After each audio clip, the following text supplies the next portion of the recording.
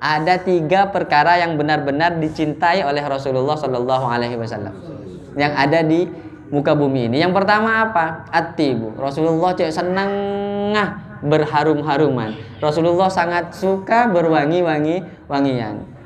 Maka ketika ditanya kita, saudara sekalian, ketika kita ditanya apa dalilnya ketika kita berdiri kemudian mengucapkan sholawat kepada baginda Rasulullah Muhammad Sallallahu Alaihi Wasallam, ada orang yang memberikan minyak wangi. Ya ini salah satu dalilnya. Rasulullah senang berwangi-wangian. 3 hal di antara semua yang ada di langit dan di bumi ini yang disenangi oleh Rasulullah. Yang pertama adalah tib. Rasulullah senang berwangi-wangi. Maka masuk akal apabila ketika kita menyambut kehadiran Rasulullah dengan membacakan sholawat kepada Rasulullah. Ya Nabi salam alaika. Ada yang berdiri kemudian memberikan minyak wangi. Ini berarti mengikuti sunnah Rasul. Apa sunnahnya? Rasulullah senang bareng sehat. Jadi bukan bid'ah. Ada di Madura namanya Raden Kiai Haji Thohir Bata-Bata itu. Beliau punya murid juga seorang kiai. Nah, ketika beliau kiai muridnya ini, seorang kiai ini saat ada mahallul qiyam memberikan minyak wangi kepada Ratohir ini tanya, apa dalilnya? Berdalillah. Katanya Ratohir begitu. Akhirnya di satu kesempatan yang lain, Ratohir juga hadir di majelis, tapi yang ngundang ini bukan seorang kiai tadi. Yang ngundang ini orang biasa. Ketika orang tuan rumah tadi memberikan minyak, Ratohir hendak nanya dalil, langsung saja diberikan tangannya. Nah, kiai itu juga hadir, si muridnya beliau ini juga ada. Akhirnya satu kesempatan berkumpul dalam satu majelis, beliau nanya, nyabis pamatur Kak Dinto Kiai, saya mau nyabis pamatur, ada yang mau saya sampaikan. Ada apa? Waktu saya ngasih minyak ke ajunan ketika mahallul qiyam, ajunan nanya dalil. Ketika ada orang tuan rumah di tempat yang lain memberikan minyak kepada panjenengan ndak nanya dalil, tiba-tiba memberikan tangannya. Apa jawabnya Ratohir? Ratohir bilang, ya kalau orang kaya itu ngapain mau ditanyakan dalil? Kalau sampean selaku kiai ya saya tanya dalil. Ya kalau orang kaya itu kan ndak perlu ditanyakan dalil. Misalnya ya kalau orang-orang awam kita tanyakin dalil, kebaya apa itu? Mun kiai kan parlo atau alumni parlo tanyakin dalil. Apa dasarnya kamu berdiri seperti itu, memberikan minyak?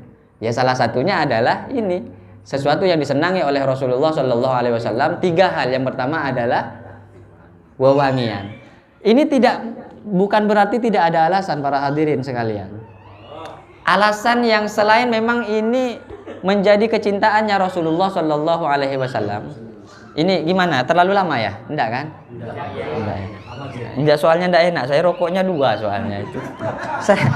Kalau rokok tak sesuai dengan kerjanya ini. Ada dalilnya. Kok ada yang main kode ya? Jadi minyak wangi ini para hadirin, minyak wangi ini selain memang betul dicintai oleh Rasulullah, ada efek tersendiri untuk manusia. Yang pertama adalah ketika seseorang mencium minyak wangi, ini kontraksinya kepada otak. Kontraksinya jelas kepada otak. Sampean kalau dalam kondisi badan segar, badan bugar di pagi hari menghirup minyak wangi, ini otak pasti fresh. Boleh dibuktikan, bisa dicoba. Kalau bohong tempeleng saya wis. Berarti sampean enggak pernah pakai minyak wangi berarti. Dan ini sering saya motivasi ke anak santri. Saya motivasi bagaimana? Otak ini banyak sel dan motoriknya ini bagian belakang. Pengantarnya ini bagian belakang. Kalau ada salah satu sel saja di antara otak ini kemudian membeku atau bahasanya jumut, salah satu untuk memperlancarkan alirannya untuk segera bisa menangkap pelajaran dan macam-macam itu adalah senang wangi-wangi, segar bugar kemudian pakai minyak wangi. Ini bukan tanpa alasan. Al-Imam Muhammad bin Idris Asy-Syafi'i rahimahullah, Imam Syafi'i pernah mengatakan begini, man tabarihuhu zada akluhu wa man nadhufa saubuhu qallahumu. Orang yang suka berwangi-wangian menunjukkan dirinya itu cerdas dan mampu menambahkan akal fikirnya. Man tabarihuhu zada akluhu. Barang siapa yang harum bau badannya, senang berwangi-wangian, berarti akan menambah kepada daya fikirnya. Itu bisa dicoba. Waman nadzufa saubuhu qallahammuhu. Orang yang bajunya suka bersih, ini lebih sedikit susahnya. Dan ini pernah saya alami waktu saya menjadi santri.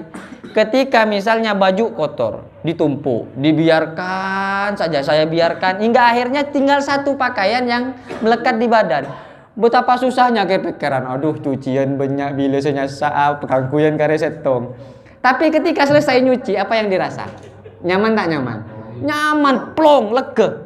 Berarti benar apa yang dikatakan oleh Al-Imam Muhammad bin Idris Asy-Syafi'i. Ini yang pertama, tentang senang berwangi-wangian dan senang bersih-bersih.